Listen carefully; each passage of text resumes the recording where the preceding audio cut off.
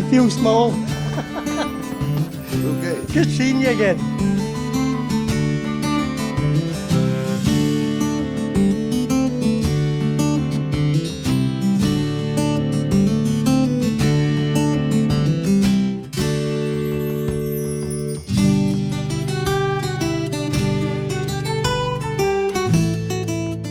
Argentina, eh? What a place.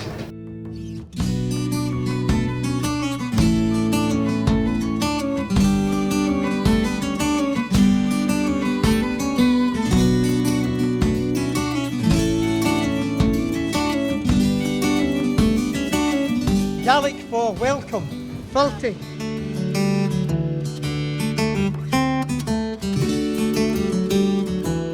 That's got all the things about Jura on it. You've got the stags, the golden eagles, you have the waterfalls. So everything in that is all about the quality of Jura whisky. And it's all things that you get on the island.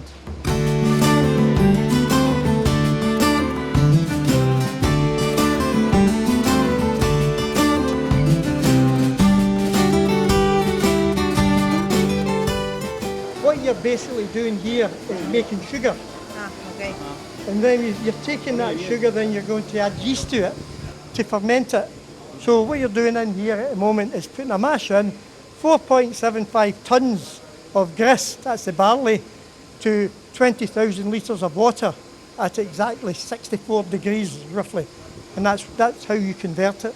You take that water away and you pump it into another vessel and you add yeast to it and it starts to ferment.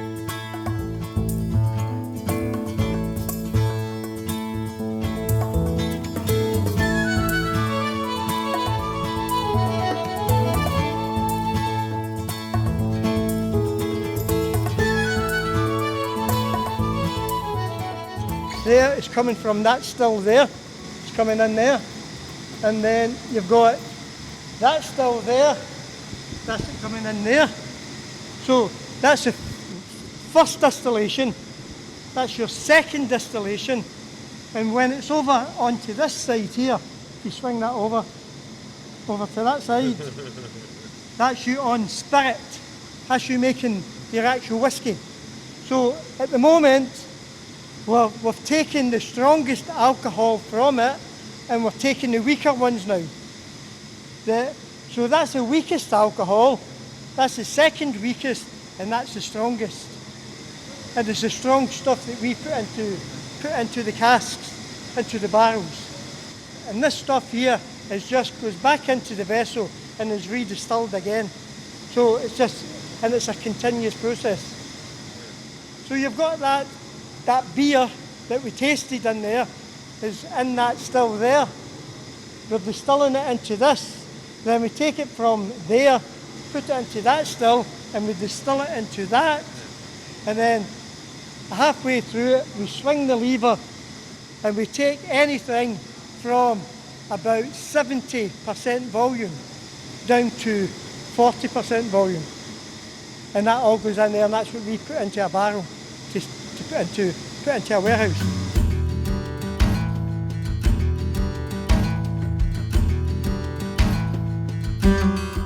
And you see the blue stuff, that's copper. And you need copper because copper purifies the alcohol.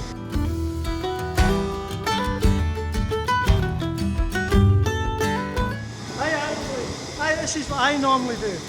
You done your part. Qué personaje.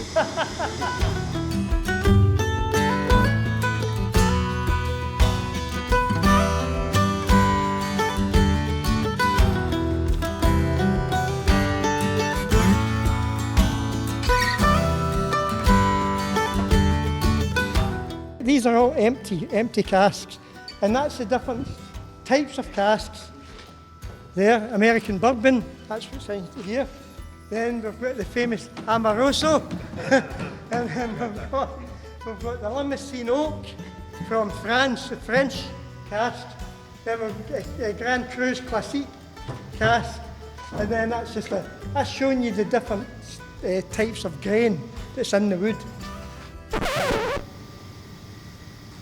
What does that say? Somebody's written something in there.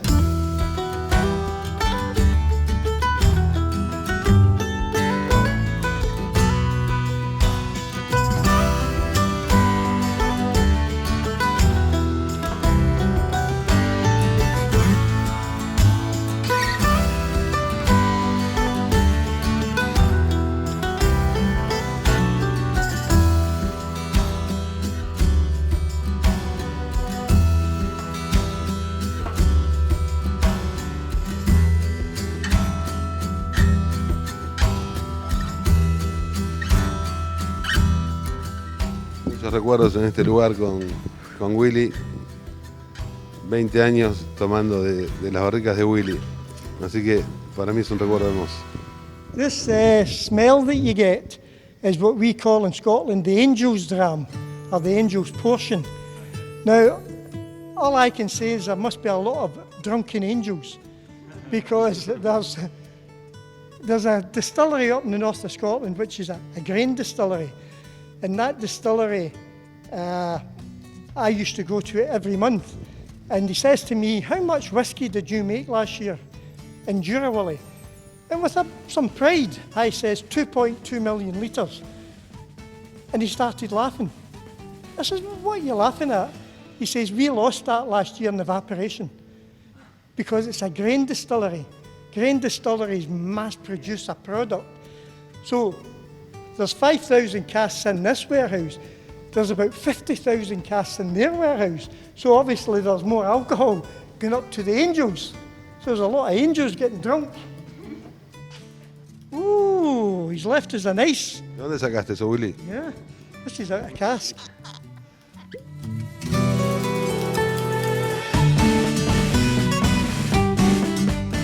Miguel.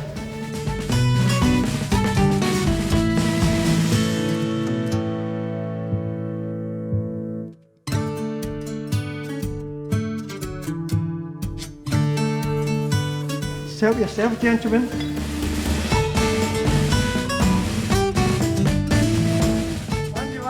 Gracias, Willie.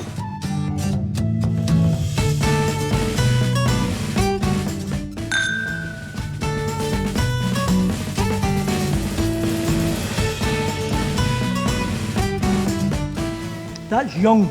That's quite young. I would say that's probably about maybe 5 or 6 years old. It's not, it is nice. It's too cold for you to enjoy it. You can't even really get a nose off it because it's so cold. It's not releasing any alcohol. Someone saying, should I put ice in my whiskey? And a good Scotsman would say no. But we've actually developed that why should you not put it? If you enjoy it with ice in it, why not put ice in it? We can't tell you not to put ice in. It's like someone saying, should you put water in your whiskey? And you go, oh no, don't put water in your whiskey. Oh, you don't do a thing like that. And but if that's the way you like it, why not put water in your whiskey? I don't put water in my whiskey. But if you enjoy it with water in it, by all means put water in it. It doesn't do it any harm. All it's doing is reducing the strength a little. You know, so I would say a cask strength whiskey, you should always put some water in it. Just bring it, just a touch. But a normal 40 ABV bottle of whiskey, it's up to you whether you want to put water in it.